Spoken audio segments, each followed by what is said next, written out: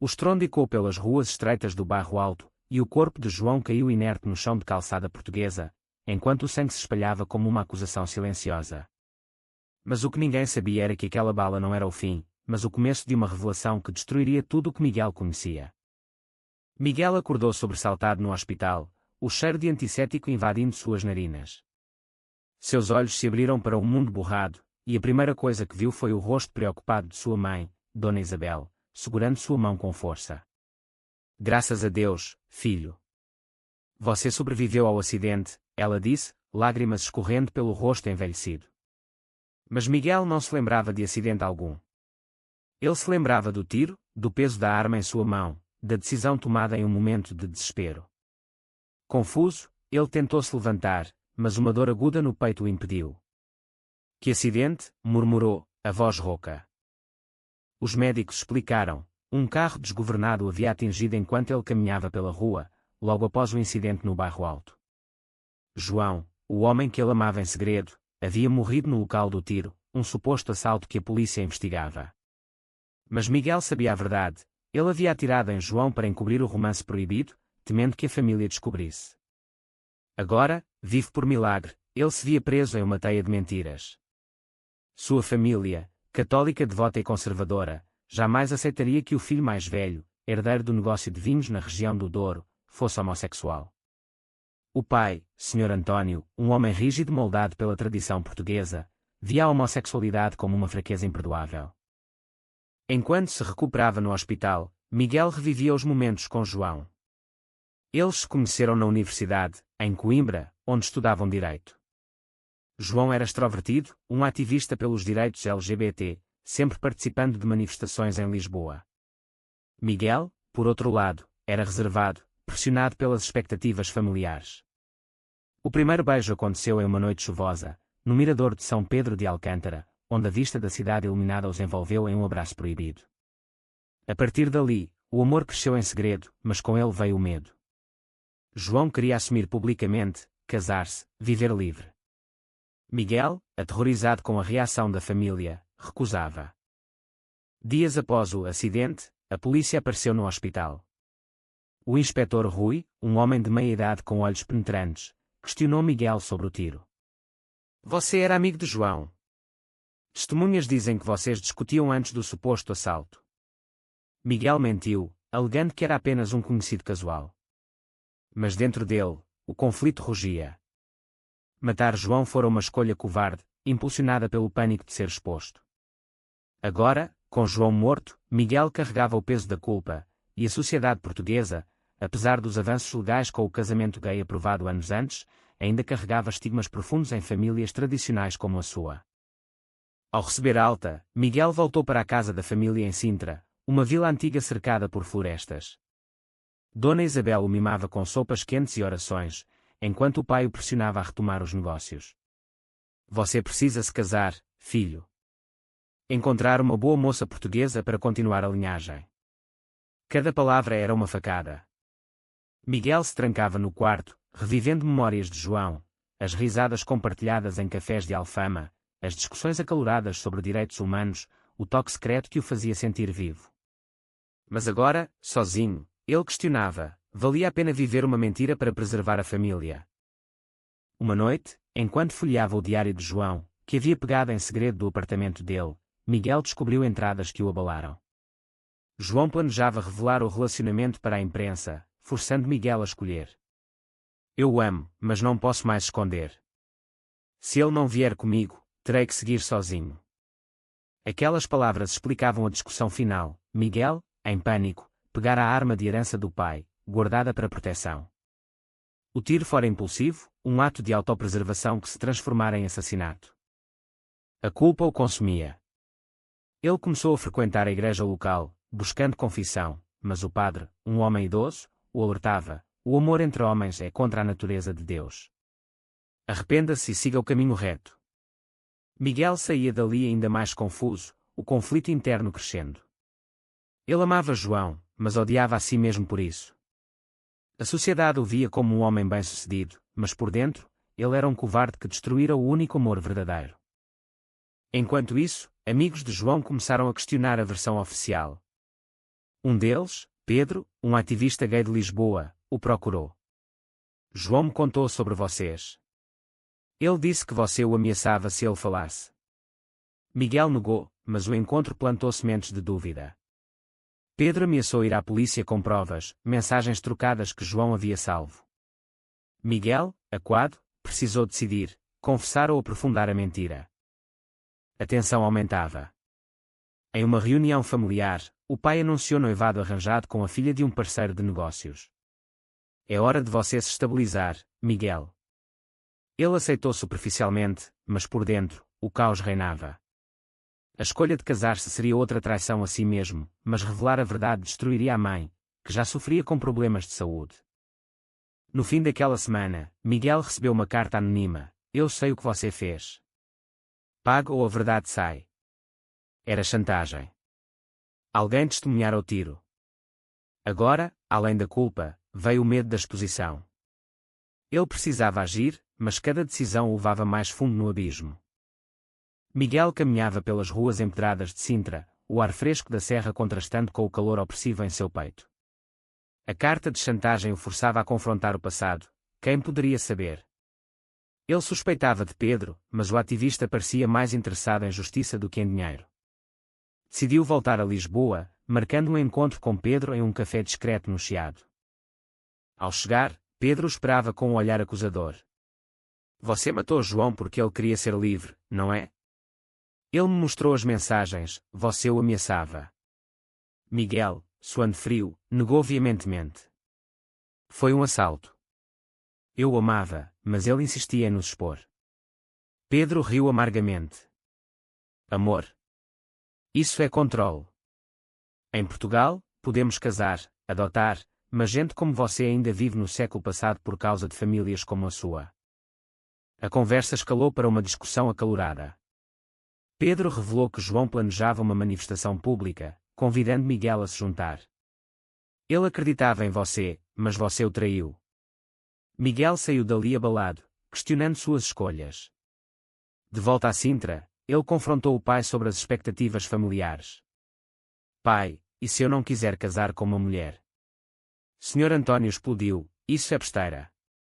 Nossa família é respeitada. Não tolero fraquezas."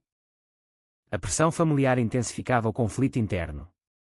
Dona Isabel, sentindo a angústia do filho, tentou conversar.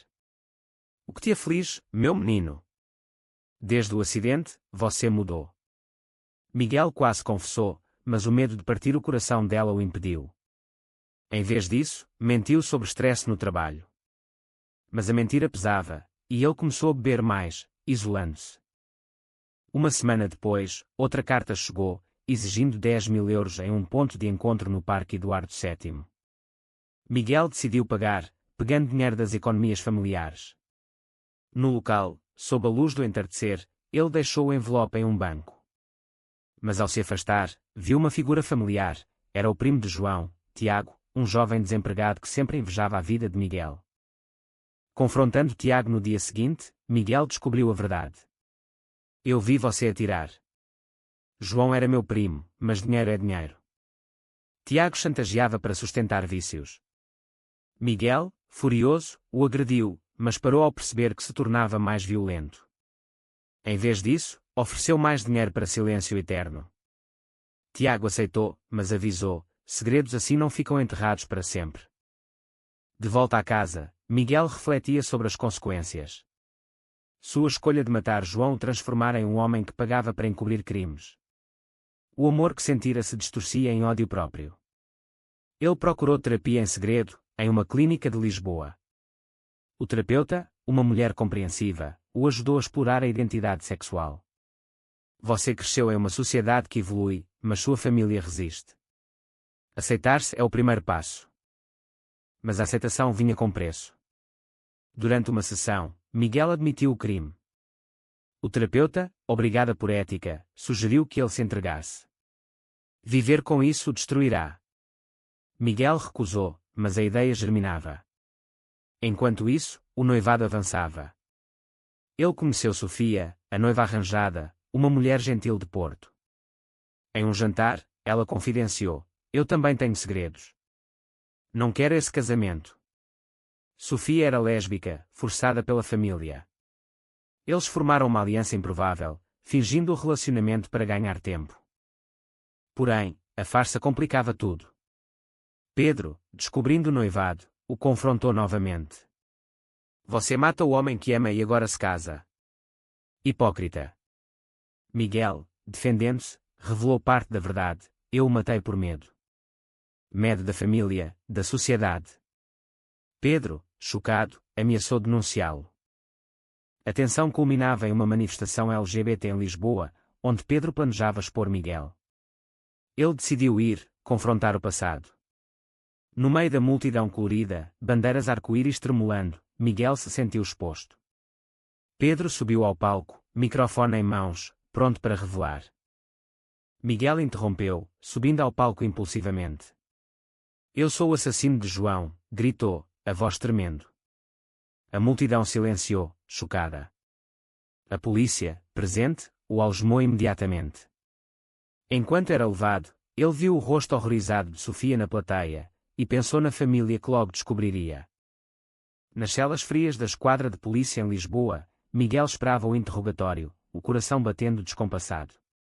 O inspetor Rui retornou, agora com provas, testemunhas, mensagens recuperadas, a confissão pública. Por quê, Miguel? Por medo de ser gay. Ele admitiu tudo, detalhando o romance, o pânico, o tiro impulsivo. Eu o amava, mas a sociedade me ensinou a odiar isso. A notícia se espalhou como fogo. Jornais portugueses estampavam: herdeiro de família tradicional confessa assassinato por amor proibido. A família, em Sintra, reagiu com fúria. Sr. António deserdou imediatamente, gritando ao telefone: você nos envergonhou. Nunca mais pise aqui. Dona Isabel, em choque, sofreu um colapso e foi hospitalizada. Miguel, da prisão, soube pelo advogado e se culpou mais. Sofia o visitou, oferecendo apoio. Você foi corajoso ao confessar. Eu vou lutar pela minha liberdade também. Ela planejava romper o noivado e assumir sua orientação. A aliança deles se fortalecia na adversidade, mas Miguel pagava o preço: isolamento, julgamento público. O julgamento começou meses depois, no Tribunal de Lisboa. A defesa alegava crime passional, influenciado por pressões sociais. Testemunhas como Pedro depunham: João lutava por direitos, mas Miguel representava o lado escuro da sociedade portuguesa, o medo internalizado. O promotor pintava Miguel como covarde calculista. Durante o processo, Miguel revivia traumas. Psicólogos testemunharam sobre a homofobia internalizada, comum em famílias conservadoras. Ele depos, voz firme, crescia ouvindo que ser gay era pecado. Matei João para proteger uma ilusão de normalidade. A mãe, recuperada, compareceu, lágrimas nos olhos. Eu te amo, filho, mas como perdoar isso? A sociedade dividia-se. Ativistas LGBT o viam como vítima do sistema, enquanto conservadores o condenavam. Redes sociais ferviam com debates: é culpa da família ou dele? Miguel, em cela, lia cartas de apoio e ódio, questionando se sua confissão valera. Uma reviravolta: Tiago, o chantagista, testemunhou contra ele, mas foi pego em mentiras, enfraquecendo a acusação. Ainda assim, Miguel foi condenado a 15 anos por homicídio. Ao ouvir a sentença, ele sentiu alívio misturado a dor: finalmente, pagava o preço. Na prisão de Caxias, Miguel começou a reconstruir. Participava de grupos de apoio para presos LGBT, compartilhando histórias. Um companheiro, Luís, um homem condenado por roubo, se aproximou. Eu escondi minha sexualidade por anos. Você me inspira a não mais. Uma amizade nasceu, ajudando Miguel a aceitar-se. Mas visitas familiares eram raras. O pai nunca veio, a mãe, ocasionalmente, trazendo perdão gradual. Eu errei em não te apoiar, admitia ela. Miguel a consolava, mas o dano era irreversível, a família fragmentada. Fora, Sofia assumira publicamente, tornando-se ativista. Ela o visitava, atualizando sobre mudanças sociais. Sua história abriu olhos. Mais famílias dialogam. Miguel sorria, mas o custo era alto: liberdade perdida, amor destruído. Anos passavam. Miguel escrevia um livro na prisão, Sombras do Amor, expondo conflitos internos. O manuscrito circulava, inspirando debates. Ele refletia, valia sacrificar tudo por autenticidade. Com o tempo na prisão, Miguel transformava dor em propósito. Seu livro foi publicado, tornando-se best-seller em Portugal. Críticos elogiavam a honestidade crua, explorando a homofobia societal. Entrevistas de dentro da cela ecoavam: eu paguei com minha liberdade, mas ganhei minha alma. A mãe, Dona Isabel, lia o livro e mudava. Ela começou a frequentar grupos de apoio para pais de filhos LGBT, em Lisboa. Meu filho me ensinou que amor não tem gênero. O pai, resistente, sofria em silêncio, o negócio familiar declinando sem o herdeiro. Luís, o companheiro de prisão, se tornava mais que amigo. Conversas noturnas revelavam atração mútua, mas Miguel hesitava: não posso amar de novo sem machucar. Luís insistia: você merece redenção. Um beijo roubado na lavanderia marcou o início de um romance cauteloso, dentro das limitações prisionais. Fora, Pedro fundava uma ONG em memória de João, usando a história de Miguel para campanhas.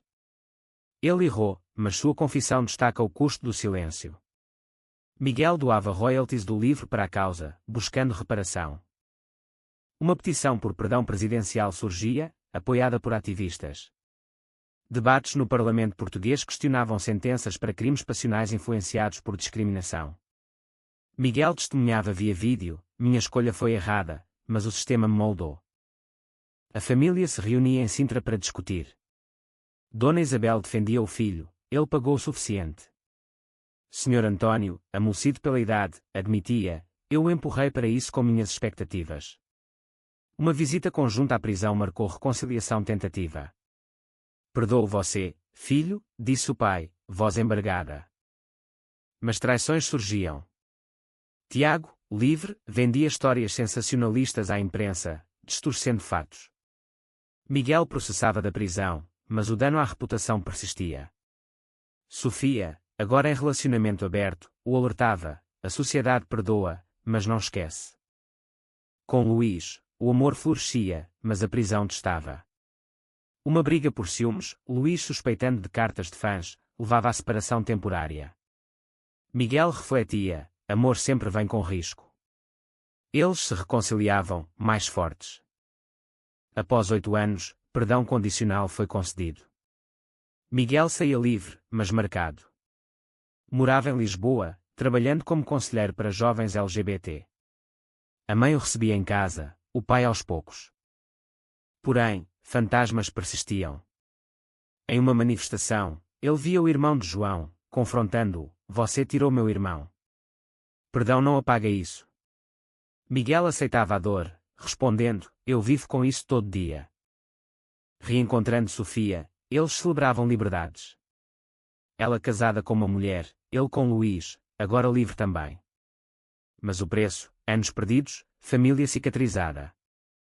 Miguel publicava uma sequência ao livro, explorando redenção. Leitores debatiam: era ele vítima ou vilão? Livre em Lisboa, Miguel reconstruía a vida, mas sombras o seguiam.